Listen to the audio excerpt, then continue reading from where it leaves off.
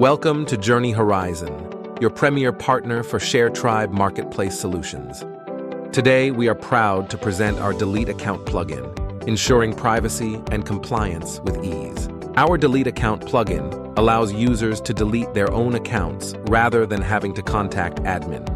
This feature is essential for publishing the app on the iOS store due to Apple privacy policies. Let's see how it works. After logging in, users simply go to their account settings. They will find the Delete Account button conveniently located in their settings. By clicking the button, they are taken to a confirmation page.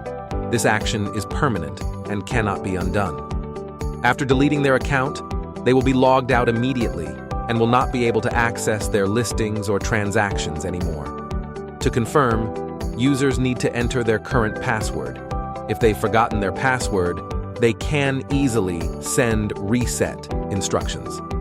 Once confirmed, the account is deleted instantly, adhering to the latest privacy standards, including Apple's stringent policies for iOS apps. This essential feature is available for both Sharetribe Web and our Sharetribe mobile app, providing a seamless experience across platforms. Enhance your marketplace with the Delete Account plugin from Journeyhorizon. Visit our website or contact us today to learn more.